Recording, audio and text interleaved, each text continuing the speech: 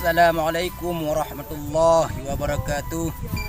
Rakan Lun, dimanapun anda berada, semoga kita semua selalu di dalam limpahan rahmat dan karunia daripada Allah Subhanahu wa ta'ala.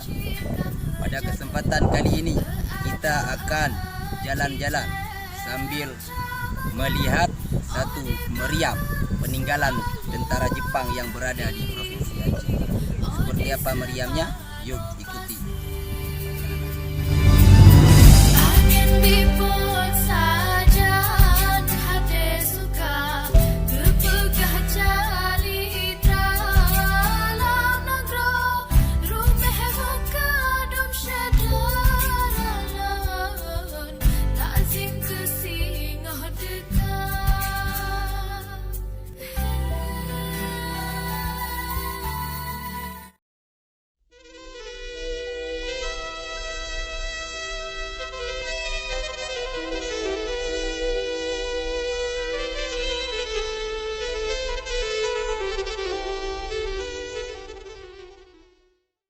Ketika rakyat melawan penjajah, dalam sejarah Indonesia merdeka, Aceh bertahan tak pernah kalah, bersusah payah demi Nusantara.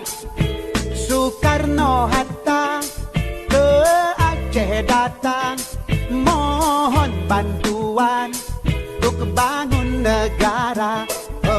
Rakyat menyumbang 2 kapal terbang, cikal bakalnya PT Garuda.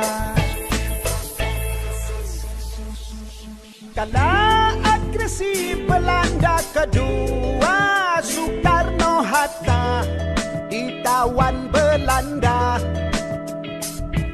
Mr. Safrud